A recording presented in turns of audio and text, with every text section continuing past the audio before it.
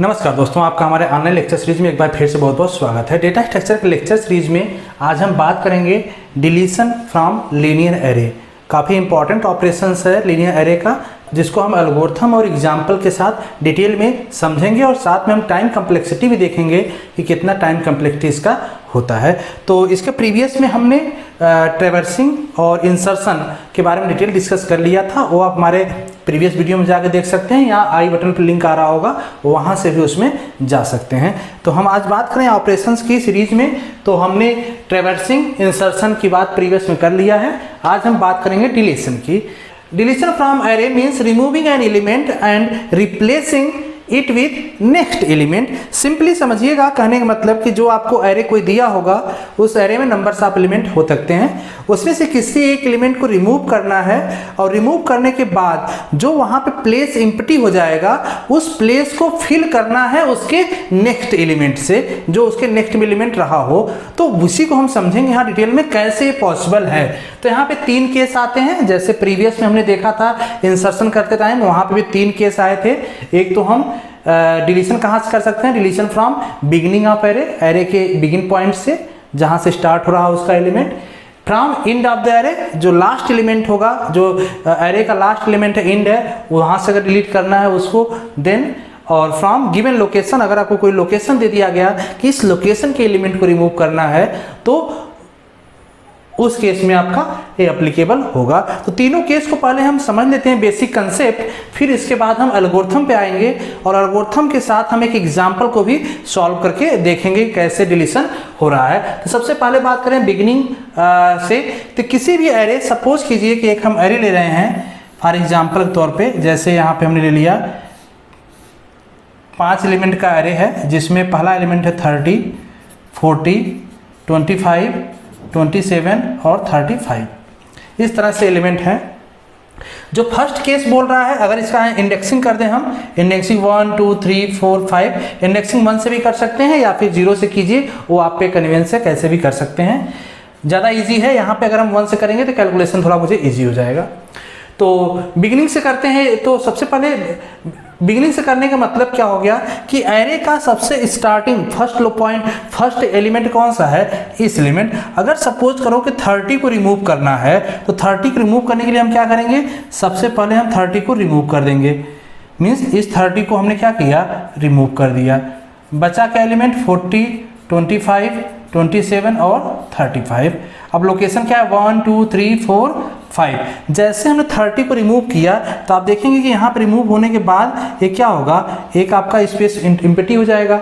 अब जब empty space हो गया, तो इन सारे एलिमेंट को एक पोजीशन अपवर्ड शिफ्ट करेंगे, देन क्या होगा, ये आपका एरे फिल हो जाएगा। जैसे 40 आ जाएगा यहाँ पे, 25 आ जाएगा इस लोकेशन पे, 27 आ जाएगा इस लोकेशन पे, 35 आ जाएगा इस लोकेशन पे। तो आपका जो बिगिनिंग में डिलीशन के बाद जो एलिमेंट बन जाएगा कुछ इस तरह से हो जाएगा, 40 आ जाएगा यहाँ पे, 25 यहाँ पे, 27 यहाँ पे, 35 यहाँ पे, और जो एम्प्टी यहाँ था वो एम्प्टी कहाँ आ जाएगा, लास्ट में। एलिमेंट कैसे हो जाएगा, 1 2 3 4। अब अगर डिलीशन की बात कर रहे हैं, तो अगर यहाँ पे सपोज n एलिमेंट है, n इक्वल टू 5 एलिमेंट है, तो यहाँ पे क्या हो जाएगा, n - 1 means equal to means 5 - 1 equal to 4 element यहाँ पे बच जाएंगे। ये सिंपली किसका कंसेप्ट है, बिगिनिंग का। अब अगर हम बिगिनिंग में यहाँ देखें, तो आप साथ में समझे चलेंगे कि हमने बिगिनिंग में इस एलिमेंट को रिमूव किया, इसके बाद कितने एलिमेंट, 1 2 3 4, मीन्स n - 1 एलिमेंट मुझे क्या कर रहे हैं, अपवर्ड शिफ्ट करना है। ये शिफ्टिंग हो रहा है सबका ना, तो टोटल कितना टाइम लगेगा, मतलब n - 1 शिफ्टिंग लग रहा है इसमें, क्योंकि एक एलिमेंट रिमूव हुआ, बाकी n - 1 एलिमेंट क्या होंगे, एक एक पोजीशन सारे शिफ्ट होंगे ना, तो टोटल टाइम कितना लगेगा, n - 1 कांस्टेंट अगर हम हटा दें तो कितना हो जाएगा, बिग O n। तो इसीलिए कहा बोला कि इस केस में क्या होगा, बिग O n आएगा, और इसको हम कहते हैं वर्स्ट केस। वर्स्ट केस मतलब कि सबसे ज़्यादा टाइम इसी केस में आपका लेगा। सेकेंड समझते हैं, फ्रॉम एंड ऑफ एरे। अगर इसी एरे में हम देखें, तो हम लास्ट से, जो लास्ट एलिमेंट है आपका मीन्स एंड, इस एलिमेंट को अगर मुझे रिमूव करना है, तो हम सिंपली क्या करेंगे, 30 40 25 27 35, मुझे इसको रिमूव करना था, हम इसको रिमूव कर देंगे।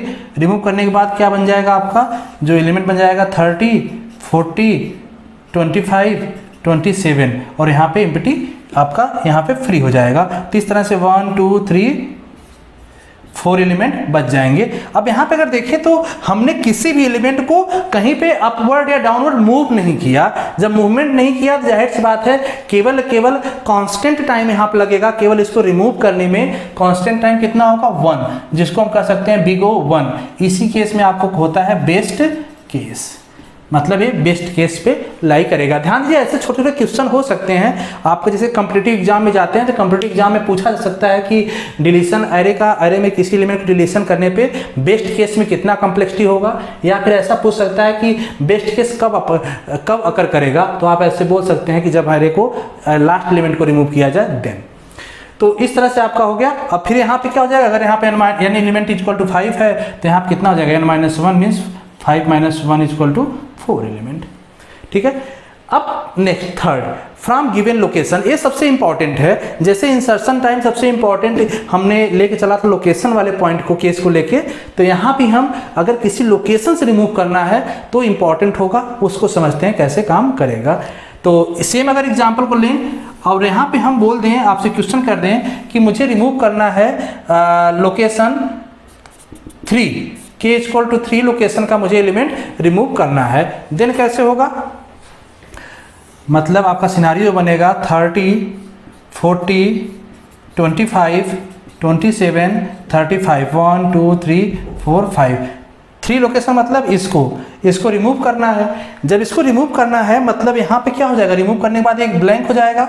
जब ब्लैंक हो जाएगा तो नेक्स्ट स्टेप में क्या होना चाहिए कि जहाँ पे एलिमेंट रिमूव हुआ उसके बाद के सारे एलिमेंट को एक पोजीशन शिफ्ट करना, मतलब ये यहाँ पे आ जाएगा और ये यहाँ पे आ जाएगा। मतलब कैसे होगा, 30, 40, यहाँ हो जाएगा 27, यहाँ 35 और यहाँ पे फ्री हो जाएगा लोकेशन 1 2 3 4। मतलब रिमूव होने के बाद, रिमूव तो हुआ, इसके बाद इसके नेक्स्ट एलिमेंट को हमने क्या किया, एक एक शिफ्ट किया, एक एक अपवर्ड में शिफ्ट किया, तो यहाँ पे इस तरह का आपको सिनारियो तैयार हो गया। तो डिलीशन के बाद नंबर ऑफ एलिमेंट कितने हो जाएंगे, यहाँ पे भी n-1 मीन्स 5 - 1 इक्वल टू 4।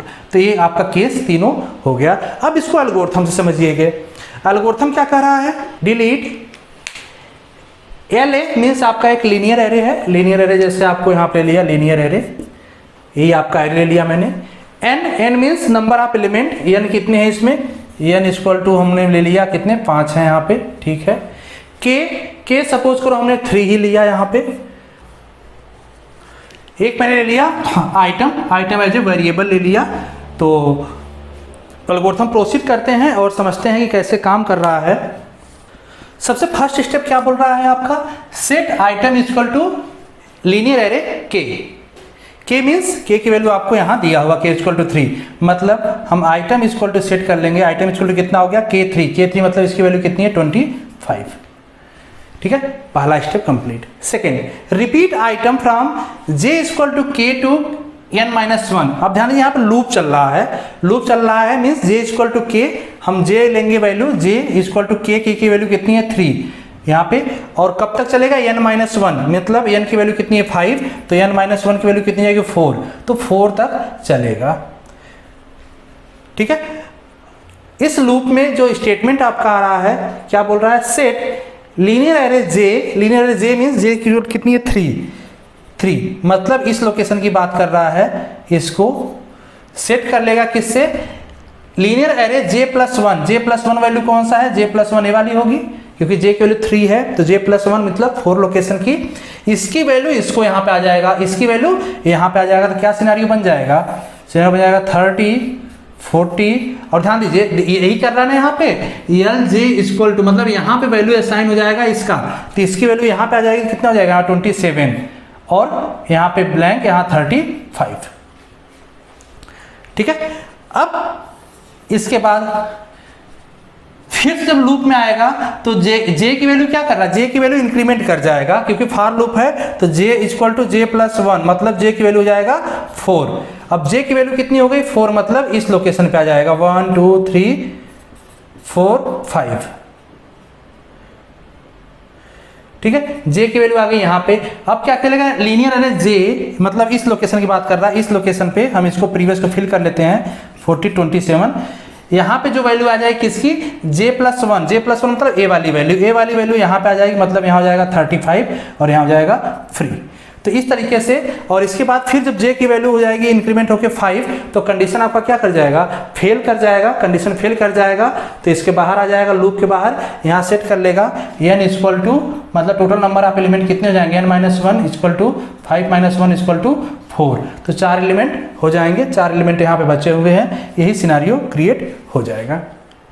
तो होप सो आपको समझ में आ गया होगा। कोई भी एरे आपको दिया होगा, ऐसे कोई आइटम डिलीट करना है तो सिमिलर एल्गोरिथम आप अप्लाई करके उसको कंप्यूट कर सकते हैं।